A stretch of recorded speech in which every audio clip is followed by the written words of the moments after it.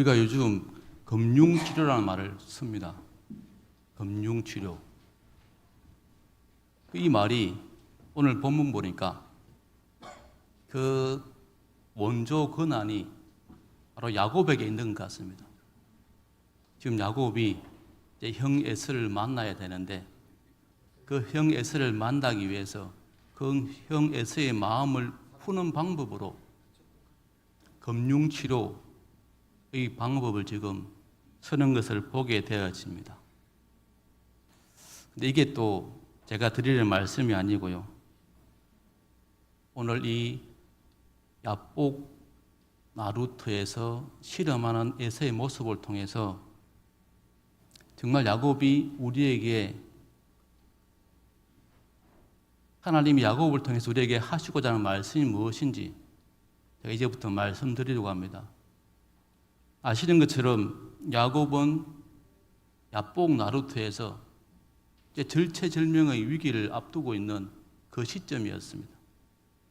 자신의 전생애를 더듬어 보면 이 야복 나루트는 자기가 이제 몰려 막다른 골목에 온 시점이라 볼 수 있습니다. 야곱은 태어날 때부터 욕심이 많았습니다. 그래서 장자가 되고 싶어서 태어났는데 막상 태어나 보니까 장자가 아니었습니다.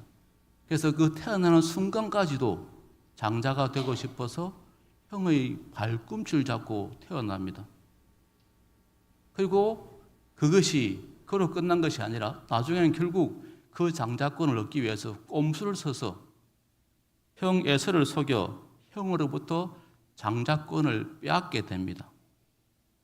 그 방법은 어머니와 짜고 아버지를 속이는 방법을 써서 장자의 축복권을 받아내고 또 그것이 이제 문제가 되어 결국 외삼촌 나반의 집으로 도망가는 그런 피난의 삶을 살게 되어집니다. 그리고 외삼촌 집에 가서도 20년 동안 아내 나엘을 얻기 위해서 보수 없이 일을 했고 마지막 이제 6년은 또 꼼수를 써서 자기 재산을 모읍니다. 그래서 부자가 됩니다. 근데 이 또 야곱의 재산이 늘어나니까 이 삼촌, 외삼촌 나반과 또 그 자식들이 좋게 보지 않습니다. 그래서 서서히 또 갈등의 어떤 조짐이 드러납니다. 그래서 이제 노골적으로 외삼촌과 그 형 가족들이 아들들이 야곱을 구박합니다. 그래서 더 이상 그 집에 있을 수 없게 되자 고향으로 돌아간다는 명분하에 도망을 하게 됩니다. 명분은 이제 고향으로 돌아간다는 것이지만 사실은 도망이나 다름없는 그런 모습이었습니다. 그러니까 사실은 도망쳐 나온 것입니다. 그런데 또 도망쳐 나와서도 오는 과정에 또 우여곡절을 겪습니다. 그런데 하나님의 개입하심과 또 라헬에 있던 임기응변으로 위기를 모면하고 외삼촌에게 큰 소리 치며 돌려보냅니다. 그리고 이제 길을 와서 이제 드디어 이 시내만 건너면 고향 땅입니다. 그런데 여기에서 이제 가장 중요한 절체절명의 위기가 자기 앞에 있습니다.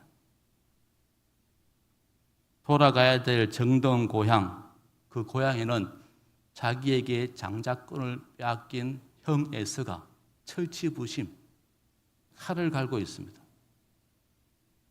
그것이 지금 야곱에게 이 마지막 이제 넘을 수 없는, 그렇지만 넘어야 되는 그런 고비가 됩니다.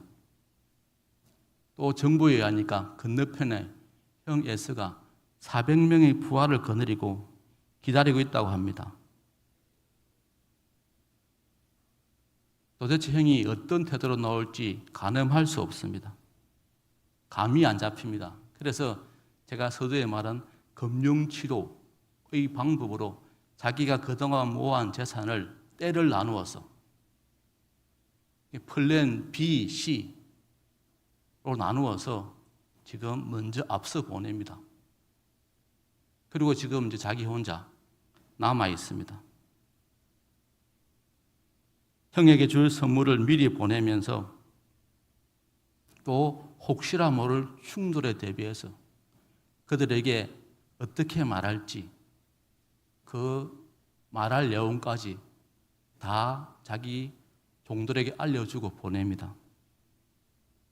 야곱은 종들을 시켜서 두 아내와 두 여종과 11아들을 안전하게 시내를 건너게 하고 양과 소와 나귀 등등 가축도 이제 건너게 합니다. 그런데 다시 하라로는 갈 수 없습니다. 그러니까 지금 막다른 골목입니다. 그때 야곱은 이제 혼자 남게 됩니다.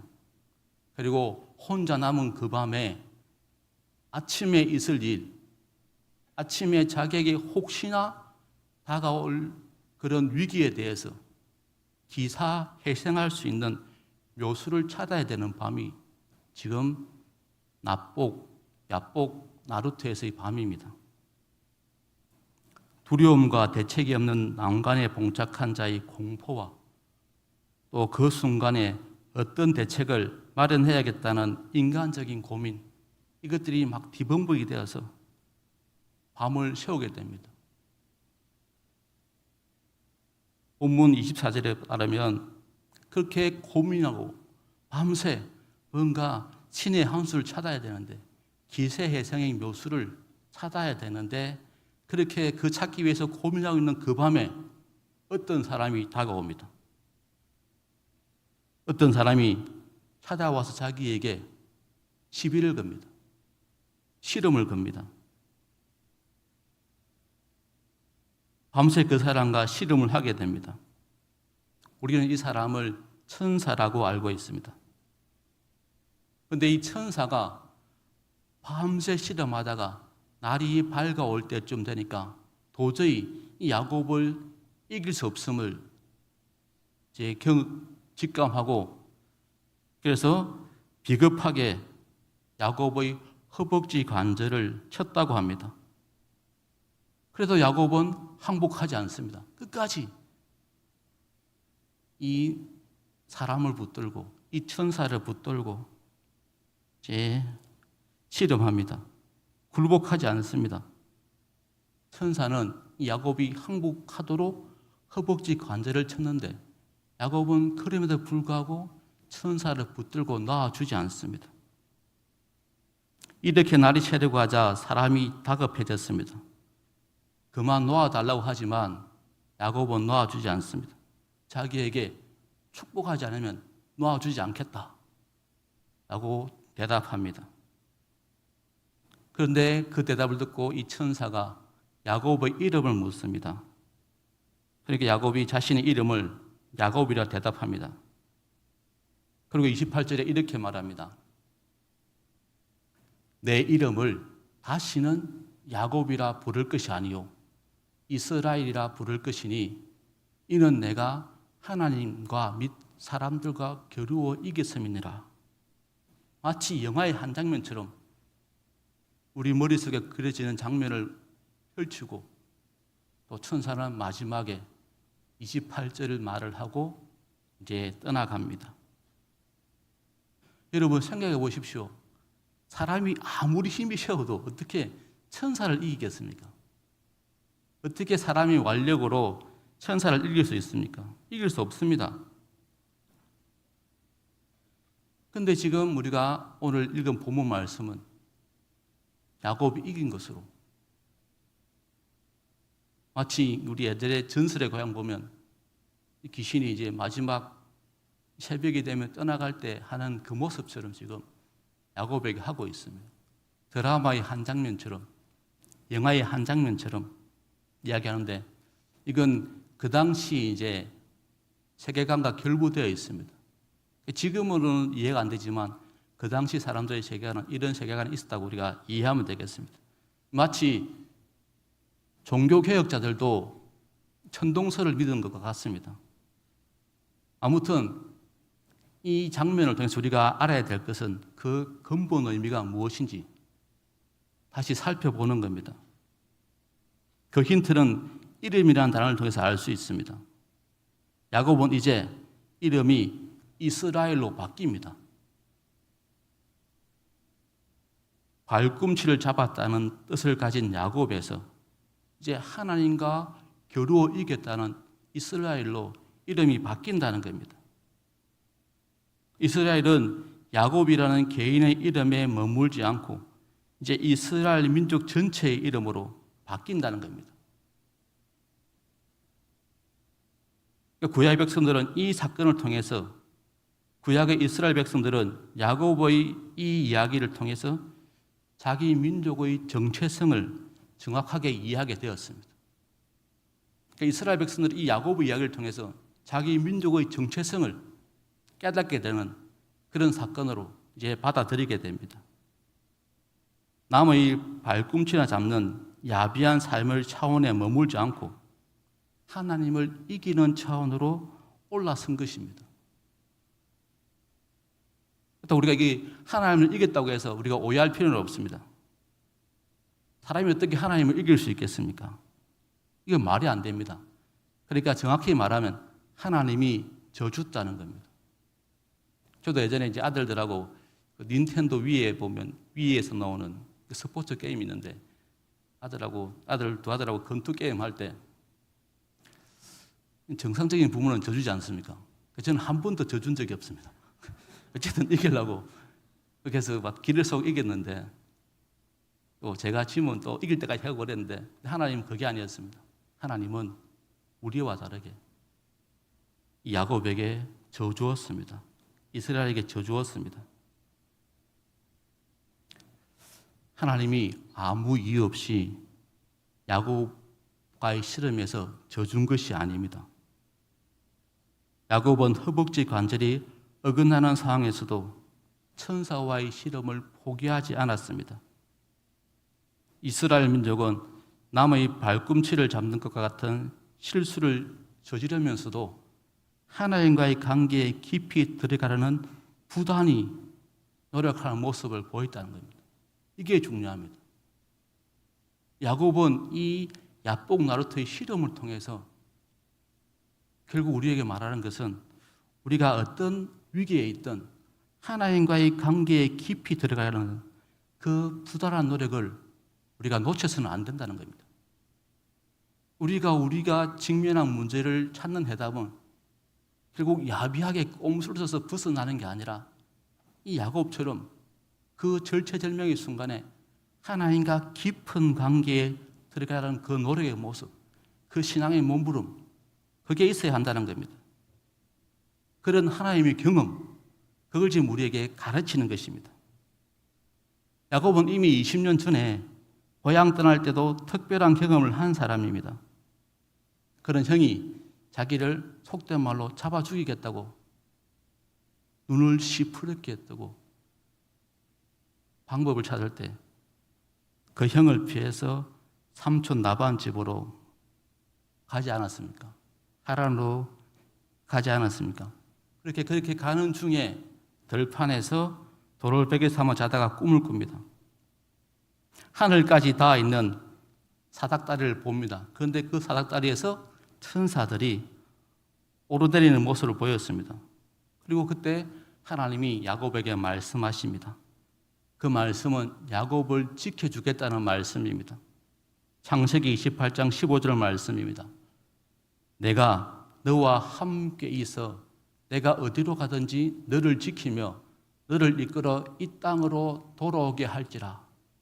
내가 내게 허락한 것을 다 이루기까지 너를 떠나지 아니하리라 하신지라.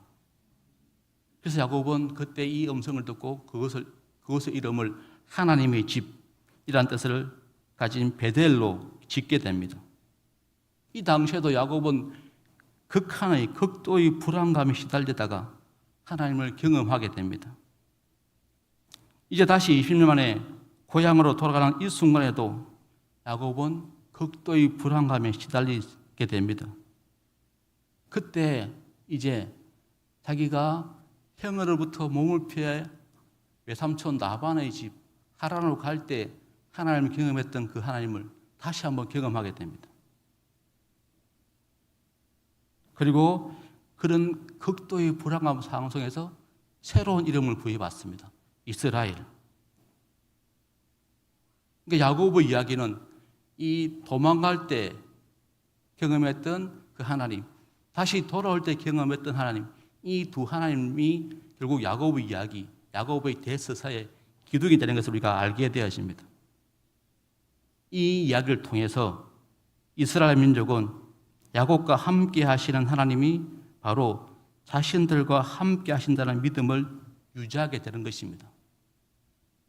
그러니까 이스라엘 백성들이 자기들 삶 가운데 함께 하시는 그 하나님의 고백을 이 야곱의 두 사건을 통해서 구체화시키고 자신들의 이야기로 받아들이게 됩니다. 앞서 천사가 야곱에게 이름을 묻고 이스라엘이라는 이름을 붙여주었다고 했습니다. 이제 야곱은 다시 천사에게 그 이름을 자기와 맞싸우는 그 사람의 이름을 묻습니다. 이름을 알려달라고 이야기합니다. 그때 천사는 이름을 알려주는 대신 이름을 알 필요 없다고 하면서 대신 야곱을 축복하게 됩니다. 야곱은 천사와 시덤하여 축복받은 그곳의 이름을 이제는 버니엘이라 또 명하게 됩니다. 그 뜻은 하나님의 얼굴입니다. 그러니까 모세도 하나님을 대면하게 될 때 하나님 이름을 물었다가 어떤 말을 듣습니까? 나는 스스로 있는 자다. 나는 하나님의 그 음성을 듣지 않습니까? 또 한 번은 율법을 받기 위해서 시내산에 오르게 되는데 그때 다시 한번 하나님 얼굴 보기를 구했는데 하나님께서 그냥 등만 보여주셨습니다. 그런데 오늘 야곱은 하나님의 얼굴을 보게 됩니다. 심지어 천사와 싸우게 됩니다. 그렇다고 야곱이 모세보다 위대하다는 게 아닙니다. 이 얼굴을 보았다는 것은 상징을 의미합니다. 어떻게 사람이 하나님 얼굴을 직접 볼 수 있겠습니까? 이것은 상징적으로 하나님을 경험하게 된, 야곱이 구체적으로 하나님을 경험하게 된 그 사건을 상징적으로 그렇게 표현하고 있는 것입니다. 야복나루 같은 이야기는 우리가 들으면서도 당황스럽습니다. 그렇다면 나도 하나님을 경험하고 싶은데 나도 야곱처럼 이렇게 하나님과 싸워야지만 하나님을 경험하게 되는 것인가? 우리도 야곱처럼 천사와 씨름하고 새롭게 이름을 부여받아야지 나도 야곱처럼 복받고 살아갈 수 있을 것인가 하는 겁니다. 그러니까 이처럼 똑같은 방법으로 하나님을 경험해야지 나도 하나님의 사람으로서 인정받는가 생각할 수 있습니다. 그런데 그게 아닙니다. 우리는 신약에서도 우리가 하나님의 사람으로 살려면 바울처럼 될 수 없습니다. 좀 더 올라가면은 초기 그리스도인들이 경험했던 방법으로 우리가 신앙 체험을 할 수 없습니다. 우리가 성령의 임재를 경험하기를 원한다면 또 초대교회 때처럼 그렇게 해야 되느냐? 니고데모가 예수님을 찾아와서 묻지 않습니까? 그때 예수님이 뭐라고 말합니까?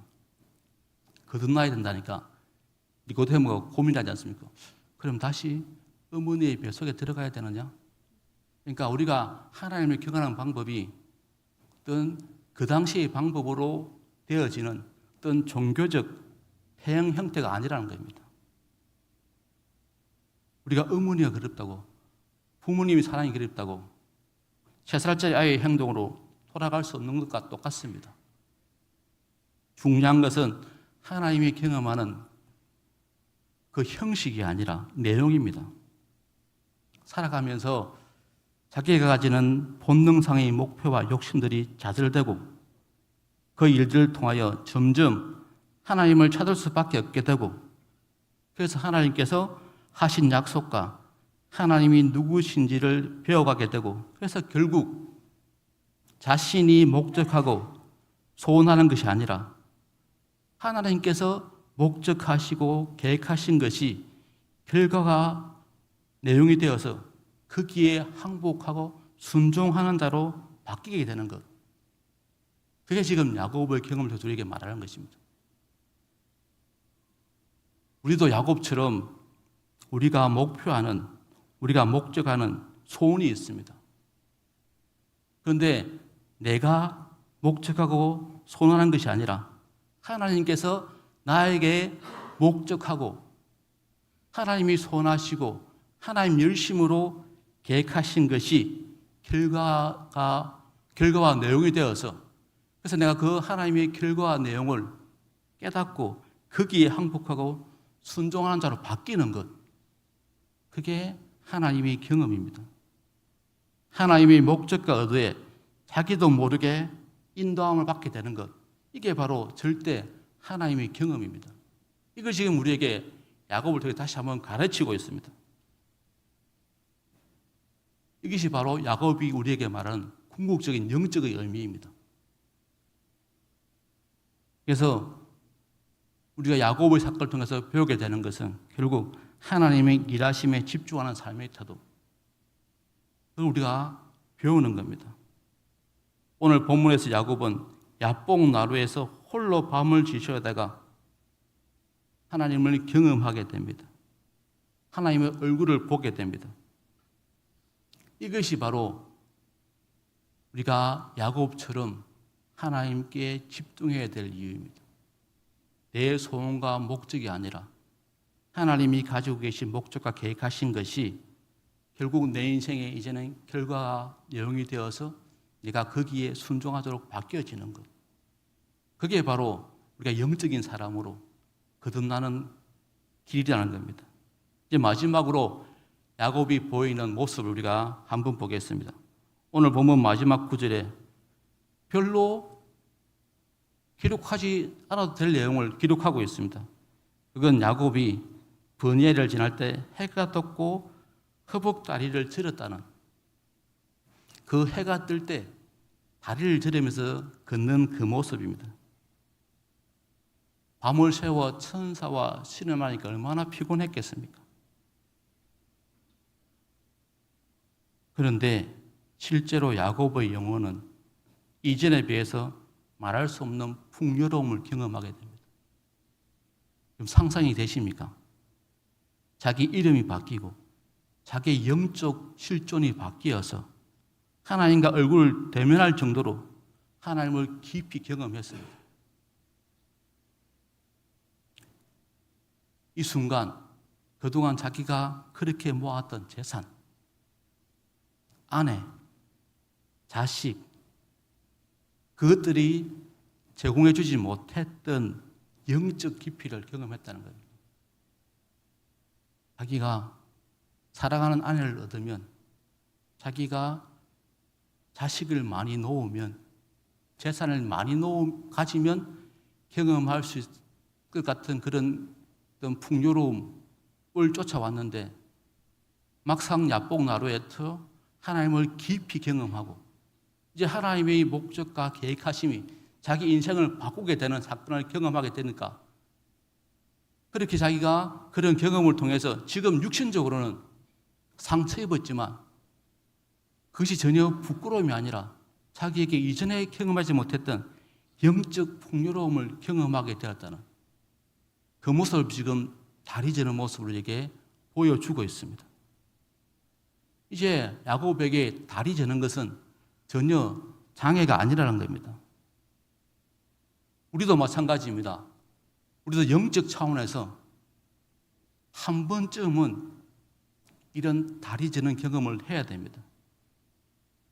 이런 상흔을 경험해야 됩니다.